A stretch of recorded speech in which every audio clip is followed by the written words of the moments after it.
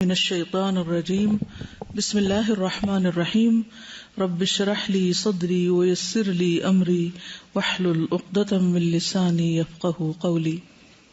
سب سے پہلے عقیدہ کی لغوی تعریف۔ عقیدہ کا لفظ کس سے ہے؟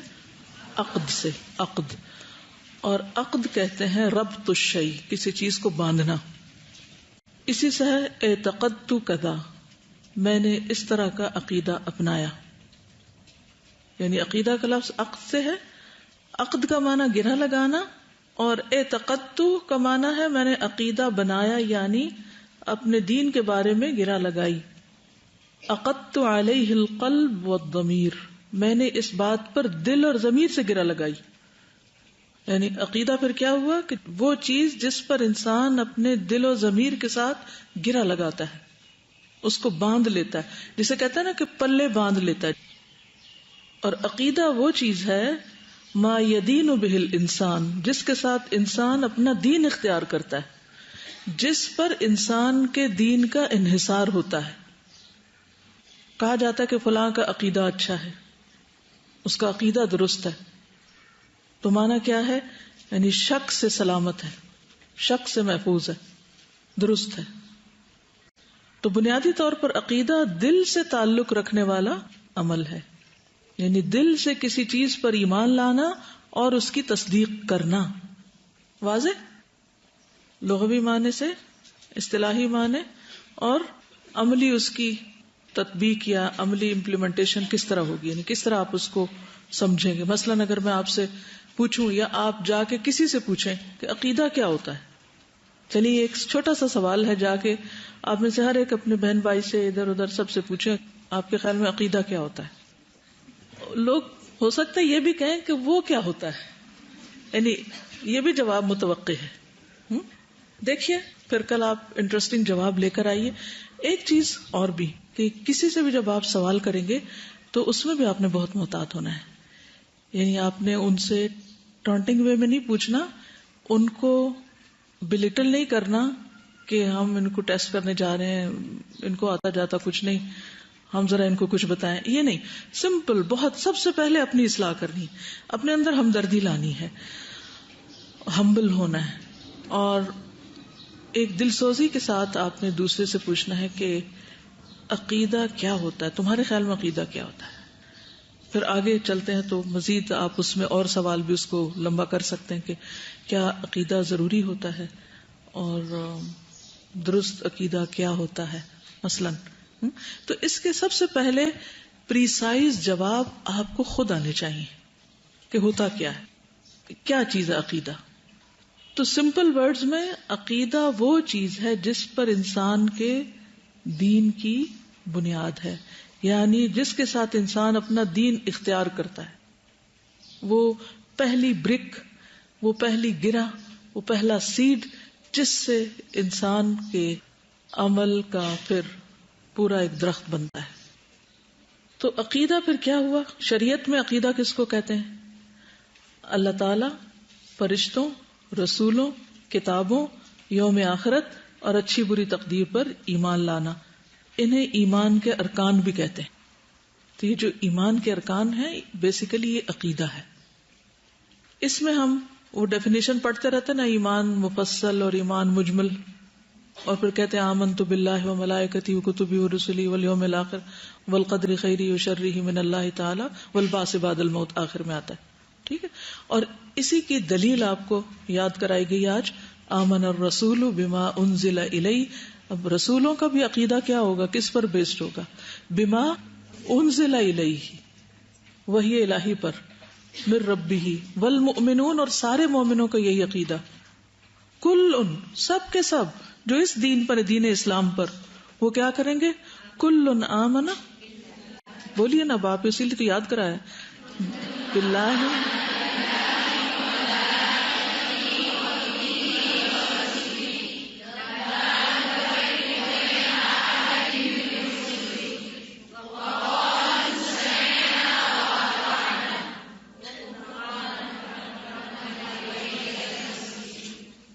کتنی سمجھ آتی ہے اس سے پوری بات اس میں اگرچہ تقدیر کی بات نہیں، وہ دوسری جگہوں سے پتہ چلتی، لیکن یہاں اہم ترین جو بنیادی باتیں ہیں ان کا ذکر آ گیا ہے. اور اس کے بعد آپ دیکھیے کہ جب یہ آپ ایمان لے آئے، ایمان بالغیب سے تعلق رکھتی نہیں چیزیں، تو پھر آپ نے کیا کہنا ہے؟ سمعنا و اطعنا. اس کے بعد کوئی غلطی ہو جائے، غفران ربنا و الیک المصیر میں آخرت بھی آ گئی ہے انڈائریکٹلی. ٹھیک ہے، و الیک المصیر، واپسی کا راستہ آخرت کا راستہ ہے. ٹھیک ہے، لا یکلف اللہ نفسا لہا ما وعلیہا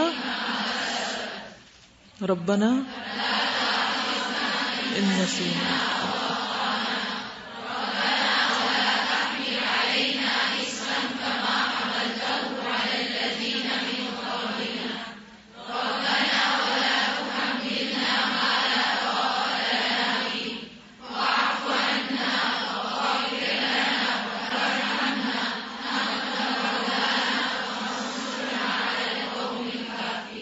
اب اس کو ایکسپلین کر سکتے نا، کیوں کہا گیا کہ لا تؤاخذنا ان نسینا واخطانا؟ جتنا بھی علم ہو، کہیں نہ کہیں بھول چوک ہو جاتی. اور پھر عقیدے کی وجہ سے مشکلات بھی آتی ہیں. پچھلے لوگوں کا، پچھلی امتوں کا کیا حال ہوا؟ نبی صلی اللہ علیہ وسلم کی مخالفت کس بنا پر ہوئی؟ اگر آپ صرف اچھے اخلاق کی تعلیم دیتے، جس پر آپ دور نبوت سے قبل اس چیز پر خود بھی تھے، تو کچھ مشکل نہیں تھی. سارا مکہ آپ کا شدائی تھا، الصادق الامین، سب آپ کی بہت تعریف کرتے تھے. لیکن جو ہی آپ نے عقیدے کی بات شروع کی کہ لوگوں لا الہ الا اللہ کہو، تو وہی چاہنے والے مخالف ہو گئے. ولا تحملنا ما لا طاقت لنا بہ، اور ایک حد تک ہی ہم اس بوجھ کو اٹھا سکتے ہیں. واعف عنا واغفر لنا وارحمنا انت مولانا، پھر رجوع اللہ کی طرف ہے. فانصرنا علی القوم الکافرین. جو یہ عقیدہ نہیں رکھتے پھر وہ دوسرا گروہ بن جاتے. تو بیسیکلی انسان دو حصوں میں ہے، ایک وہ جو توحید کے اوپر ہیں اور ایک وہ جو توحید پر نہیں ہے. ٹھیک. اب یہ ہے کہ شریعت کی دو بنیادی قسمیں ہیں. اس میں ایک عقیدے سے متعلق ہے جو بنیاد ہے، اور دوسری اعمال سے متعلق ہے. یعنی جن چیزوں کا اللہ نے ہم کو مکلف قرار دیا ہے، اس میں ایک کا تعلق دل سے ہے اور دوسرے کا تعلق باقی جوارح سے. کل میں ایک کتاب کا ذکر کر رہی تھی نا، فقہ القلوب، 4 والیوم کی کتاب ہے. میں ایک خاتون مفسر کہہ لیں، ان سے ملنے کے لیے گئی تھی جدہ میں. مجھے پتا چلا تھا کہ بہت زبردست علم ہے ان کے پاس. جب بھی مجھے کسی کے بارے میں پتا چلتا ہے تو مجھے شوق ہوتا ہے کہ میں بھی پہنچوں اور ملوں، دیکھوں، جانوں، سیکھوں. تو ان سے ملاقات پر انہوں نے وہ کتاب مجھے دی. تو کتاب کا حق یہ ہوتا ہے کہ جو ہی ملے تو ایک دفعہ اس کی زیارت ضرور کر لیں. ایک گیسٹ کی طرح ہوتا ہے، ایک مہمان کی طرح ہوتی ہے آپ کے پاس. تو آپ ایک دفعہ اس کا حال چال پوچھ لیں کہ بھئی اس کے آگے پیچھے کیا ہے. تو بہرحال میں نے فوراً ہی اس کو کھول کے دیکھنا شروع کیا. اتنی زبردست کتاب تھی، اور اس میں بہت ساری کتابیں. میں نے اسی وقت نیت کی، میں مدینہ میں تھی تو میں اس کو پڑھ رہی تھی، تو فوراً میں آپ لوگوں کو یاد کرتی، فوراً پیچھے پلٹتی کہ جاتے ہی میں نے اس کی فوٹو کاپی ایٹ لیسٹ اتنے پیجز کی کرا کے سب کو دیکھ کے اور اس کو پڑھا دینا ہے. اس کا جو مین تھیم ہے وہ یہ کہتے ہیں کہ جو انسان کے جوارح ہیں، یہ جوارح ہمارا ہاتھ، پاؤں، آنکھ، کان، ناک، جو باقی جسم ہے، دل کے علاوہ باقی سارا جسم جو ظاہر جسم ہے، جن سے ہم اپنے اعمال سر انجام دیتے ہیں، اس پر بہت کتابیں لکھی گئی ہیں کہ نماز کیسے پڑھنی چاہیے، اور کون سا کام کرنا کیسے چاہیے، کھانا کیسے کھانا چاہیے، پینا کیسے چاہیے، اور ظاہری اعمال پر بہت توجہ ہے. اور اس فقہ پر بہت کچھ لکھا بھی گیا.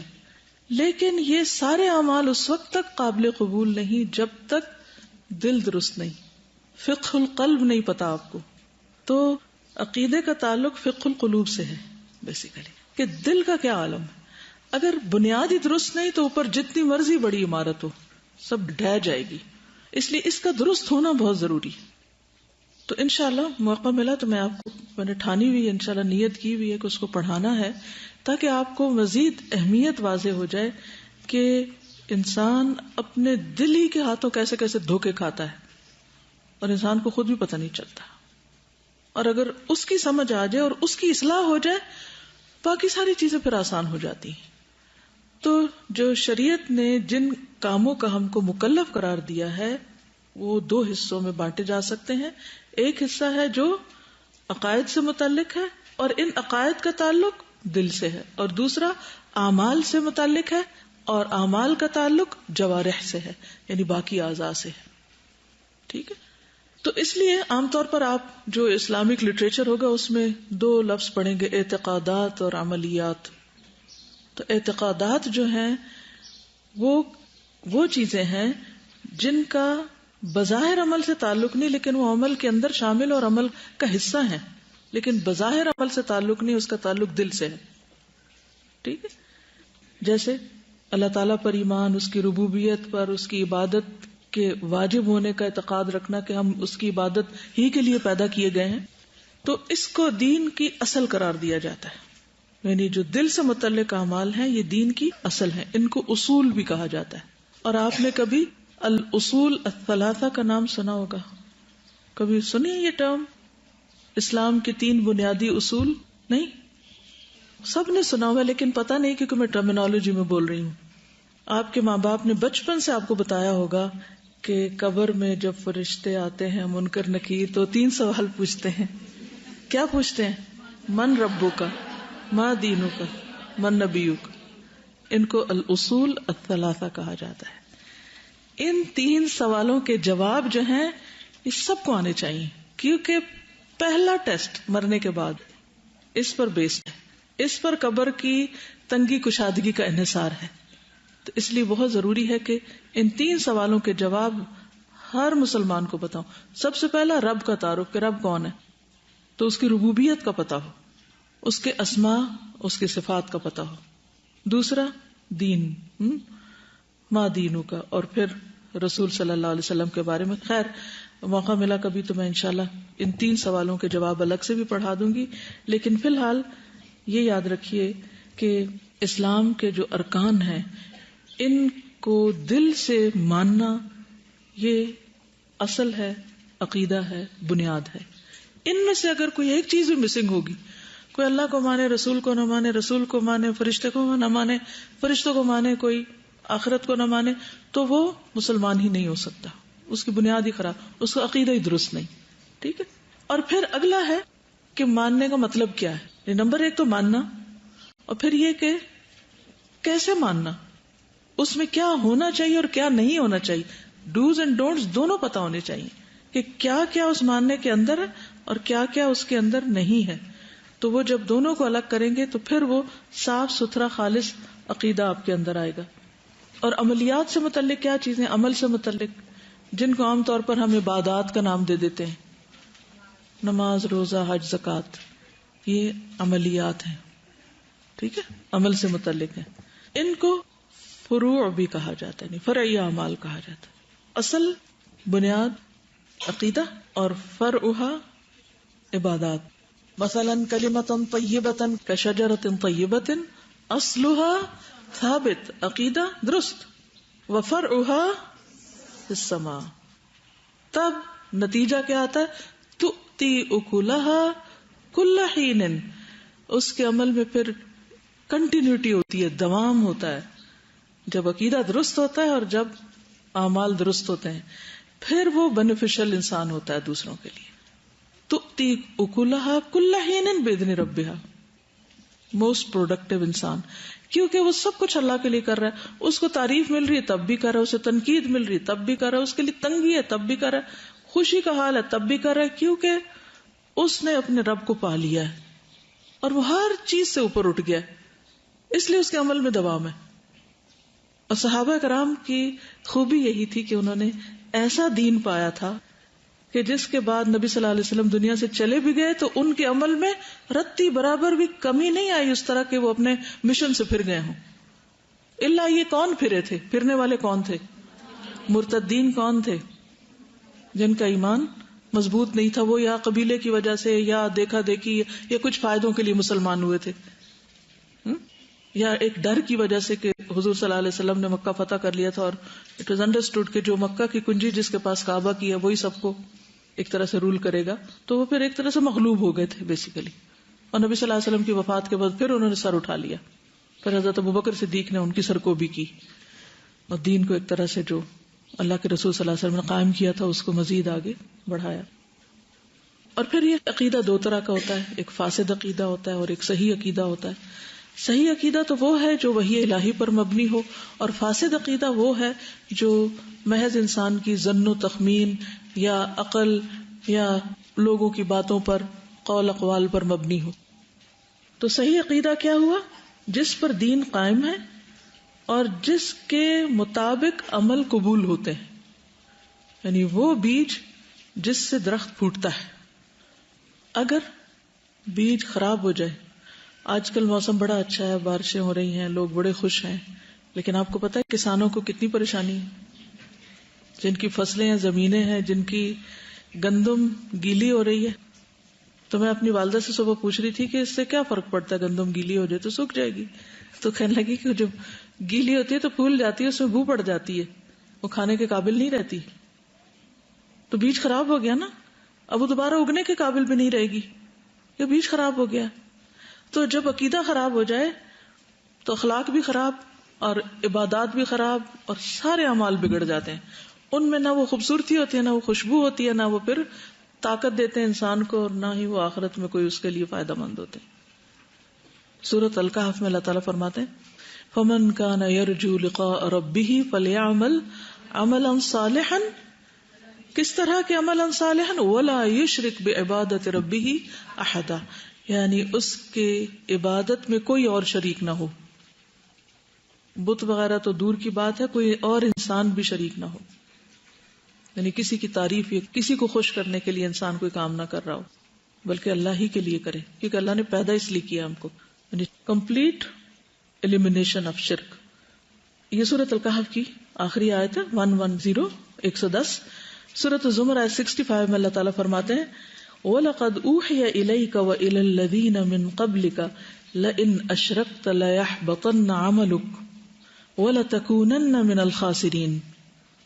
حالانکہ تمہاری طرف یہ وحی کی جا چکی ہے. کس کی طرف؟ نبی صلی اللہ علیہ وسلم کی طرف, اور ان لوگوں کی طرف بھی, یعنی پیغمبروں کی طرف جو گزشتہ تھے, جو تم سے پہلے تھے.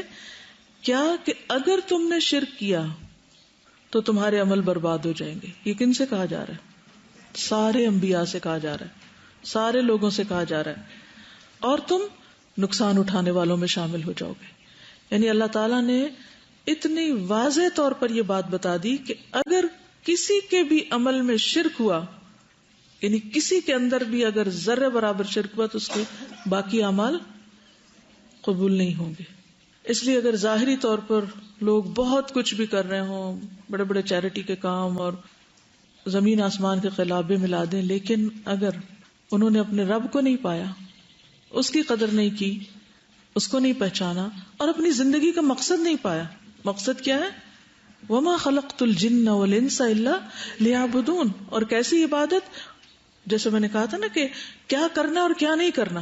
عبادت تو کرنا ہے, بہت سے لوگ عبادت کر رہے ہیں دنیا میں, ہر شخص کسی نہ کسی طرح عبادت میں لگا ہوا ہے, کسی بھی مذہب کا پیروکار, اس کے عبادت کے طریقے موجود ہیں.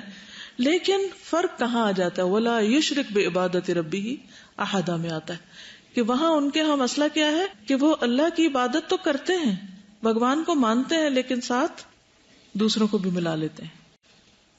یہاں مشکل ہو جاتی ہے پھر, تو اس کو ختم کرنا ہے. اسی لیے لا الہ الا اللہ کہا گیا ہے.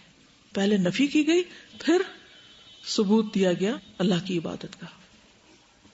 پھر سورۃ الزمر کی آیت نمبر 2 اور 3 میں آتا ہے فَاعْبُدِ اللَّهَ مُخْلِصًا لَهُ الدِّينَ أَلَا لِلَّهِ الدِّينُ الْخَالِصُ. تم خالصتاً اللہ ہی کی عبادت کرو, دین کو اس کے لیے خالص کرتے ہوئے. یاد رکھو بندگی خالصتاً اللہ ہی کا حق ہے. أَلَا لِلَّهِ الدِّينُ الْخَالِصُ. دین یہاں عمل یا عبادت کے معنوں میں آ رہا ہے. خالص دین یا خالص عبادت اللہ کا حق ہے, تو اس کو ادا کرنا ضروری ہے. پھر اسی طرح سورۃ البینہ میں بھی آتا ہے وَمَا أُمِرُوا إِلَّا لِيَعْبُدُوا اللَّهَ مُخْلِصِينَ لَهُ الدِّينَ. خالی عبادت نہیں کافی, مخلصین لہ الدین, دین کو اس کے لیے خالص کرنا ضروری ہے. کہ ہر کام صرف اس کے لیے ہو، خواہ وہ سجدہ ہو، خواہ وہ دعا ہو، ایاک نعبد و ایاک نستعین، یا پھر کوئی بھی اور زندگی کے معاملات جس میں انسان کسی کو بھی فائدہ پہنچائے تو اس کی جزا اپنے رب سے چاہے. تو ان سب آیات سے اب ایک ہی بات پتہ چلتی ہے کہ اگر انسان کی عبادت میں شرک پایا جائے تو اس کے عمل قبول نہیں ہوتے. اور تمام انبیاء کو اگر آپ دیکھیں، ہر رسول نے آ کر سب سے پہلا پیغام لوگوں کو کیا دیا؟ لوگوں نماز پڑھو. کس چیز کا پیغام دیا؟ سب لا الہ الا اللہ کا دیا. اللہ سبحانہ وتعالیٰ سورۃ النحل میں فرماتے ہیں 36 وَلَقَدْ بَعَثْنَا فِي كُلِّ أُمَّةٍ رَسُولًا أَنِ اعْبُدُوا اللَّهَ وَاجْتَنِبُوا الطَّاغُوتَ. یاد رکھیے ہر جگہ ڈوز اینڈ ڈونٹس دونوں آئیں گے، کیا کرنا اور کیا نہیں کرنا، کیونکہ صرف ایک چیز، صرف ایک سٹیٹمنٹ سے بات ثابت نہیں ہوتی جب تک اس کا اپوزٹ نہ بتایا جائے کہ کیا نہیں کرنا. ترجمہ کیا ہے کہ ہم نے ہر امت میں رسول مقرر کیے، بھیجے، اور انہوں نے جا کے سب نے ایک ہی پیغام دیا، ان اعبدوا اللہ، کہ لوگو اللہ کی عبادت کرو، اور واجتنبوا الطاغوت، طاغوت سے اجتناب کرو. طاغوت کیا ہے؟ اللہ کے سوا ہر وہ قوت، ہر وہ چیز چاہے چھوٹی ہو یا بڑی جو اللہ کی عبادت سے روکے یا اس سے انسان کا رخ پھیرے، اپنی طرف موڑے، چاہے وہ کوئی ایسا شخص ہی کیوں نہ ہو جو آپ سے اللہ کی محبت سے بڑھ کر محبت چاہے. والذین آمنوا اشد حبا للہ.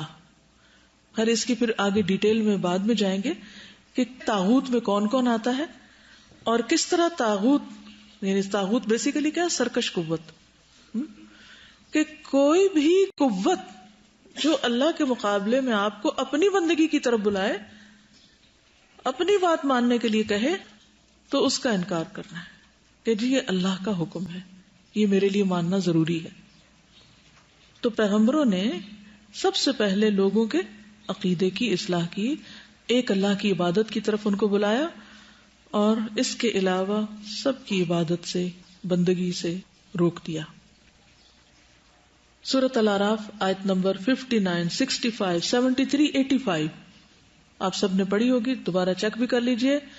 سب پیغمبروں نے آ کے کیا کہا؟ اعبدوا اللہ ما لکم من الہ غیرہ، لوگو اللہ کی عبادت کرو، اس کے سوا تمہارا کوئی بھی الہ نہیں، کوئی معبود ہے ہی نہیں. اور باللہ کیا ہوتا ہے انشاءاللہ اس لفظ کی بھی ڈیٹیل آگے چل کے بتائیں گے آپ کو، لیکن فی الحال ہم سب کو معلوم ہے کہ ہم معبود کے معنی جس کی عبادت کی جاتی ہے. تو ما لکم من الہ غیرہ، اس کے سوا کوئی معبود ہے ہی نہیں کہ جس کو عبادت کا حق ہو، کہ انسان اللہ کو چھوڑ کے اس کی غلامی یا بندگی یا اس کی خواہشات کے پیچھے چلے، یہ نہیں ہو سکتا. نوح علیہ السلام کی مخالفت کس بات پر تھی؟ اگر آپ صرف اخلاق کی تعلیم دیتے تو کوئی ان کو کچھ کہتا؟ کچھ بھی نہیں کہتا، سب بہت خوش ہوتے ہیں ان سے. ہود علیہ السلام کی مخالفت کیوں ہوئی؟